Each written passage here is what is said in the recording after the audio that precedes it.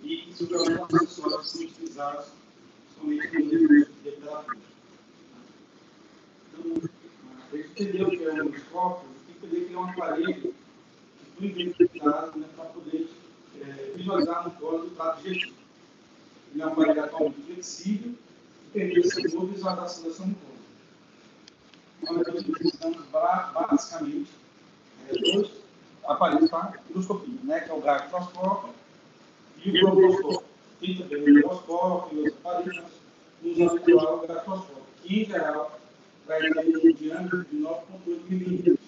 Esse diâmetro pode variar, dependendo do paciente que você utilizar, entre 8 e 12,9 milímetros. Tá bom? E o tubo de inserção, que vai ver o professor já, em média, 1.000 milímetros. Tá? O colonoscópio é um pouco mais um diâmetro maior, em torno de 12,9 milímetros, também pode variar entre 9,5 e 13,8 milímetros. Com esse tipo de inserção, o tamanho maior é de 1.680 milímetros. Aí, dependendo do gastroscópio, tem algumas partes que são semelhantes, né? As funções dele é o conector, né? Nesse conector vai ligar-se a processadora. Ele vai estar conectado aos conectores que são responsáveis pela insuflação e pelo vácuo de aspiração, além das conexões eletrônicas, né? Ele se liga ao comando, né, o cabo de controle, a manopla de controle, através do cabo conector.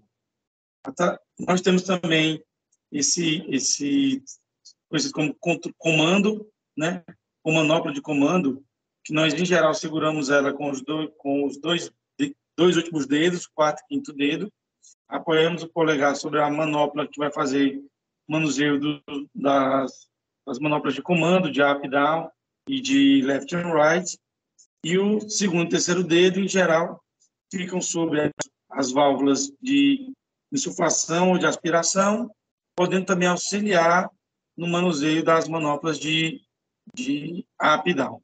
Tá bom?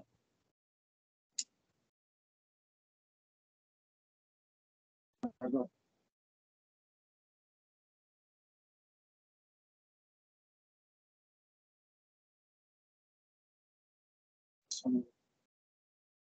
E nesse tubo de inserção? Tubo de inserção, ele apresenta uma estrutura complexa, né? Ela é feita em várias camadas.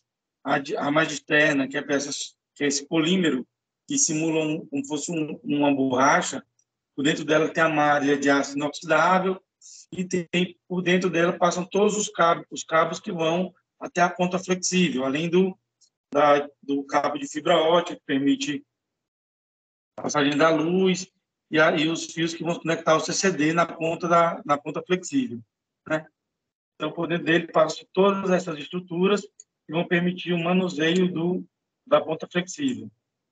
Essa ponta flexível, que é o que a gente manuseia no interior do paciente, ela é uma estrutura que ela é feita por vários anéis e ligado a esses cabeamentos, né, que são controlados pelas manoplas. Ela pode ser angular em vários graus, sendo de maior intensidade o up, que é até 210 graus, e os demais vão até 180 graus. As manoplas que permitem essa angulação, elas podem ser basicamente de duas formas, né? Do sistema de roldanas ou de corrente. O de roldanas ele é feito por polias e um cabo de aço. Então, ele é mais frágil, permite que ele possa se desfiar ao longo do tempo, romper-se mais facilmente do que o sistema de correntes, que é um sistema similar ao que a gente vê nas engrenagens de uma bicicleta.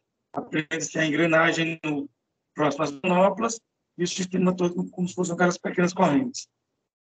A visão frontal da ponta flexível é em torno de 140 graus, mas já tem aparelhos com 170. E o CCD ele fica na ponta. O que é o CCD? O centro display de captura da imagem. Ele é a câmera que faz essa captura, que encaminha para a processadora. Ele fica na ponta flexível, na extremidade da ponta flexível.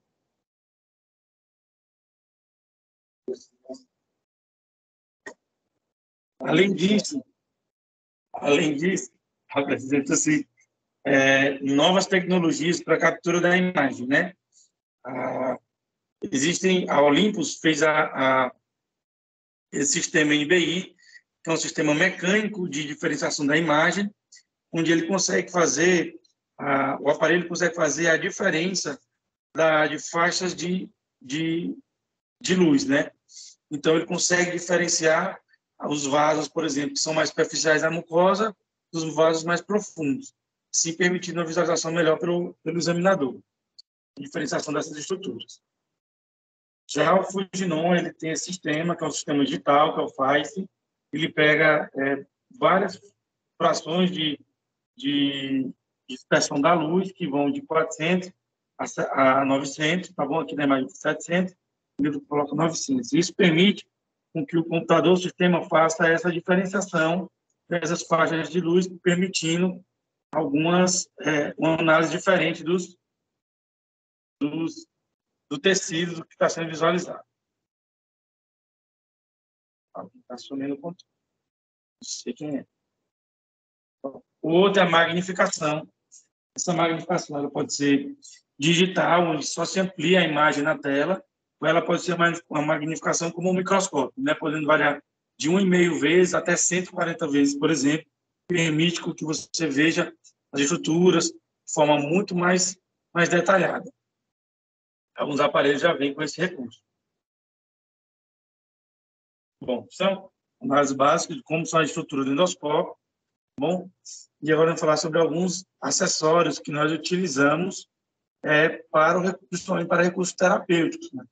Em geral, o que a gente espera é que esses acessórios que eles devam ser baratos, seguros, de uma utilização fácil, que eles resolvam o que eles se propõem, que eles sejam de fácil acesso.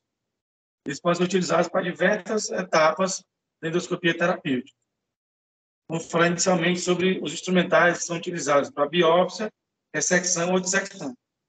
Iniciando pelas pinças de biópsia, não são pinças que, em geral, apresentam esses dois lados côncavos. Bom, elas têm finalidade de diagnóstico e de ressecção das lesões. Elas vão ter uma abertura aproximadamente de 7 milímetros e, em geral, elas permitem um procedimento seguro, com baixa estágio de sangramento ou de perfuração. Uma deficiência dela é que elas não permitem avaliação das margens. Então, quando vamos fazer a secção de estruturas, né, a pinça de biópsia ela vai prender. Se for uma estrutura maior do que 7 milímetros, vai fazer aquela ressecção piecemil, né, em vários fragmentos. Então, consegue fazer o detalhamento da margem. E isso permite também que ela deixe a possibilidade de neoplasia residual. E isso, atualmente, alguns autores recomendam que não utilize a pinça de biópsia a fim de ressecção de lesões em colo e em ré, para evitar essa neoplasia residual. Bom, quanto a alças de polipectomia, né? Elas são alças de um fio metálico, que são retráteis. Elas, quando fechadas, ficam no interior desse fio plástico, e quando exteriorizadas, elas vão ter tamanho variável e forma variável. Elas podem conduzir ou não eletricidade, por isso tem secções a frio ou secção com uso de eletricidade, né? Elas visam circundar o tecido, prender e assim seccionar.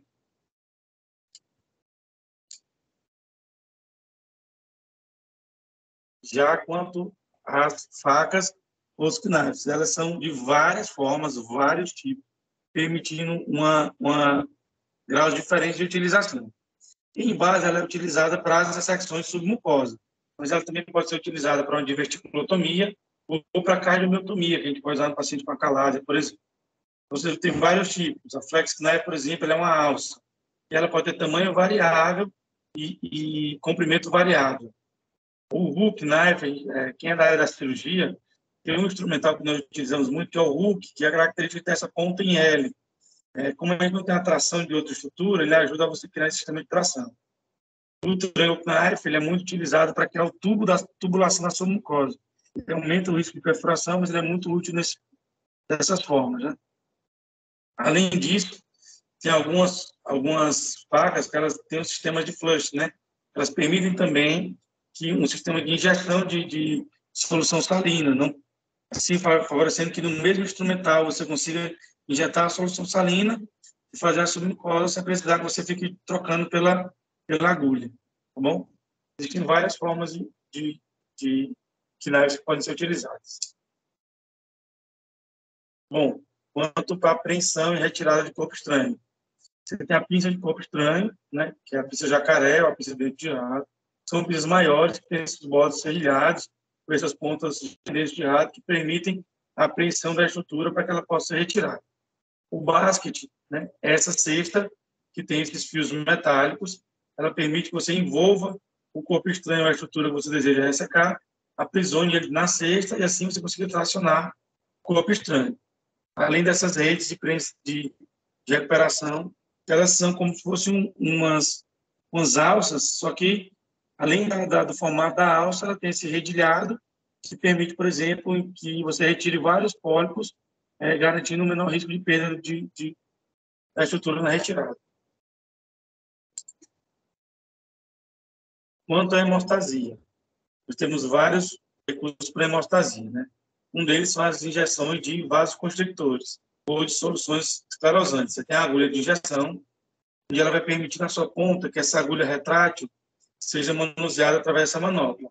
Nela você pode fazer a infusão de estruturas como adrenalina ou soluções esclerosantes que vão fazer a oclusão ou a esclerosar o vaso que está provocando o sangramento.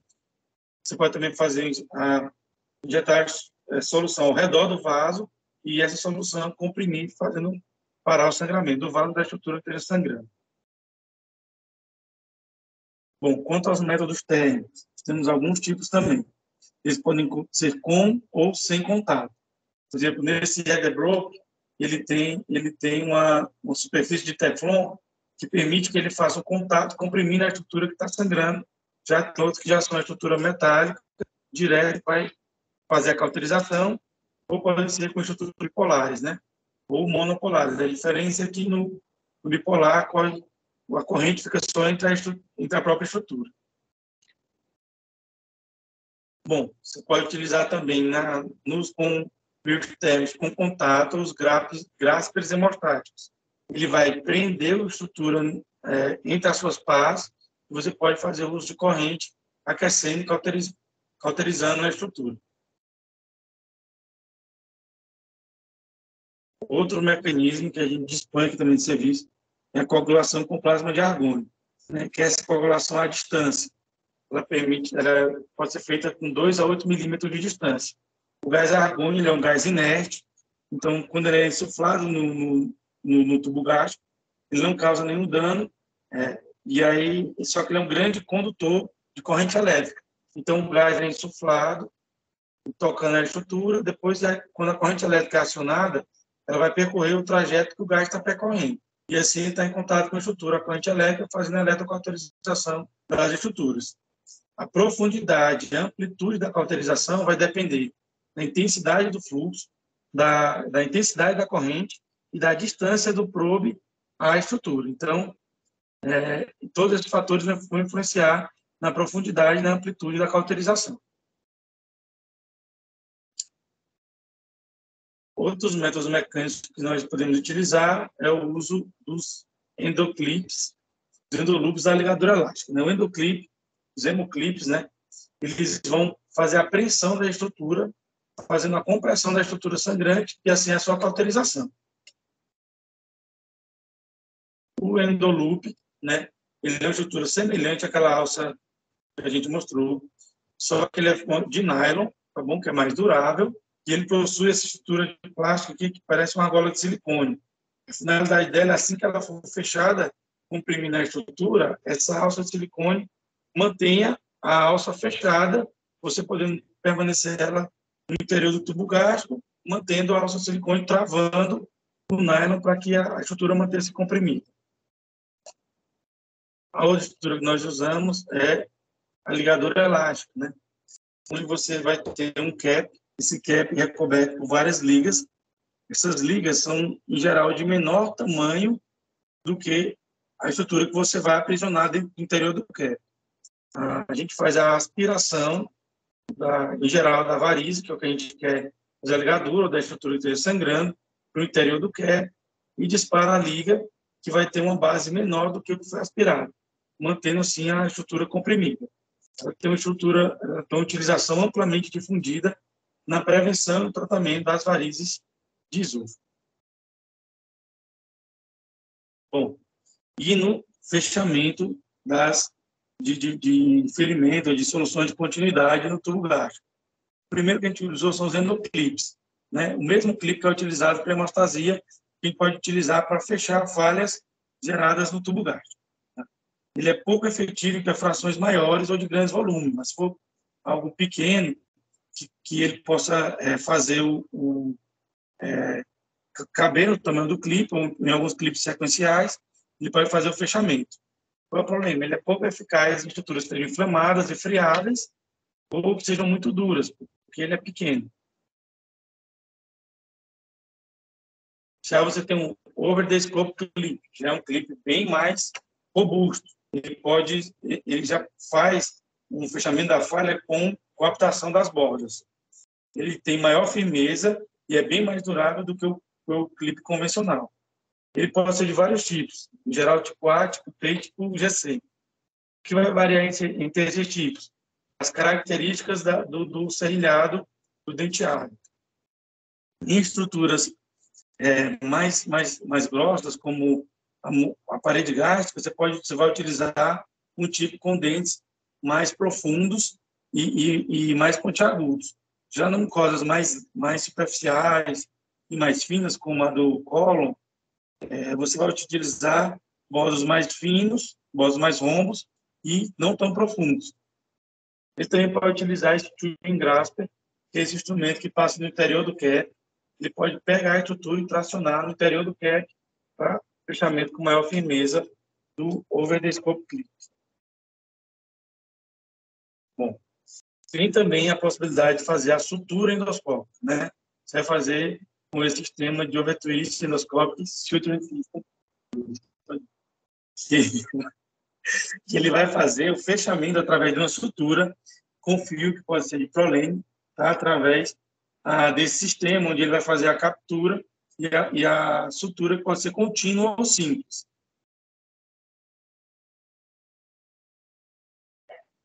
Né? Tem um procedimento que pode ser até feito a cirurgia bariátrica endoscópica utilizando essa estrutura. Ele faz o fechamento das paredes da câmara gástrica utilizando essa estrutura em 3 pontos diferentes. Aqui você vai ter quanto para a dilatação de estenose, né? Nós temos as sondas termoplásticas de Savard-Miller, né? ou Savard-Gillett, né? Que eles aumentam o diâmetro com a temperatura. O que ele faz? Você tem, além dos diâmetros específicos, né? Você vai ter sondas de diâmetros progressivos, onde você vai fazer dilatações progressivas com o tamanho das sondas.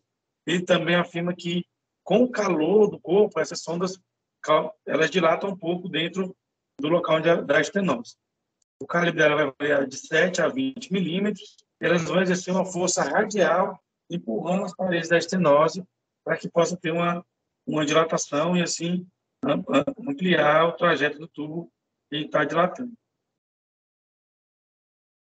Você pode também fazer a dilatação por uso de balão hidrostático ou pneumático. Então, são balões feitos de poliuretano, eles têm uma boa extensibilidade, eles são muito resistentes a elevadas pressões. O que a gente faz? A gente faz a passagem do fio guia através dessa estenose e depois posiciona o balão hidrostático no interior da estenose.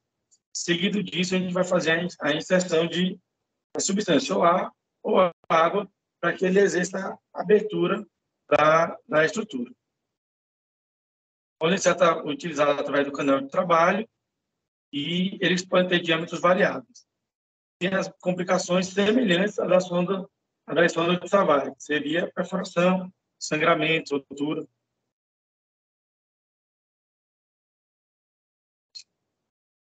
Era isso. Muito obrigado.